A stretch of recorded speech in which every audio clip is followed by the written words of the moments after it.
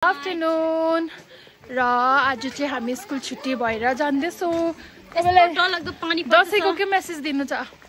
सबैजना मासुहरू राम्ररी खानुहोस्, अन्त इन्जोय गर्नुहोस्, सुँगुरको टाउको लिएर आउनुहोस्। र ह्यापी दसैँ सबैजनालाई। Tshering ma'am happy holiday.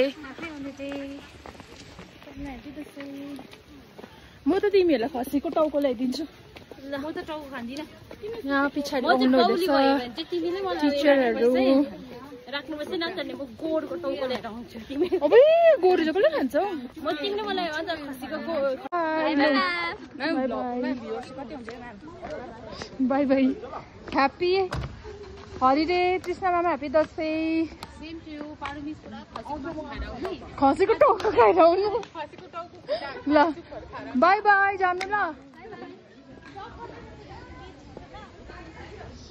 Happy Dussehra Kriti ma'am. Happy holiday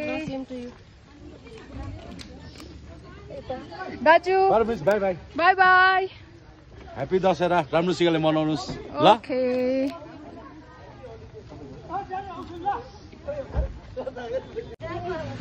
bye bye. Happy holiday.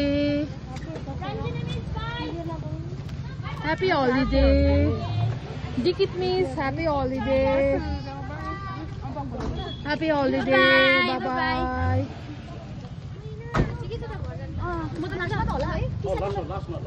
Bye bye. Safe journey, राम्रोसँग जानु। आज कहाँ जान्छ? नाम्ची नै पुग्छ? Okay. Holiday. So today is the last working day before Dasai. So we say a very happy Dasai to you all. अनि हामी चाहिँ स्कुल छुट्टी भएर जाँदैछौँ घर। सबैलाई ह्याप्पी दसैँ भन्न चाहन्छु।